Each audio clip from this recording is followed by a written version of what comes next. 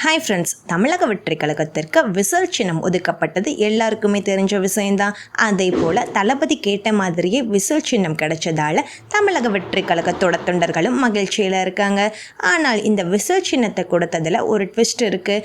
வாங்க என்னன்னு இந்த வீடியோவில் டீட்டெயில்டாக பார்க்கலாம். விசில் சின்னத்தை தேர்தல் ஆணையம் தமிழக வெற்றி கழகத்துக்கு தற்காலிகமாக ஒதுக்கியிருக்காங்க. அந்த விசில் சின்னத்தை எப்படி நிரந்தரமாக தக்க வச்சுக்கிறதுன்னு இந்த வீடியோவில் பார்க்கலாம்.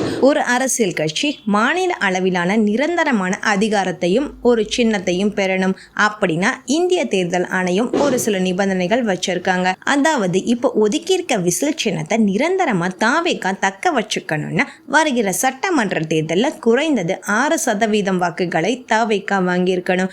அதே போல 2 தொகுதிகளில் ஜெயிச்சிருக்கணும். ஸோ இந்திய தேர்தல் ஆணையத்தோட டார்கெட்டை ரீச் பண்ணிட்டோம்னா விசில் சின்னம் தாவேகாக்கு நிரந்தரமான சின்னமாக மாறிடும்.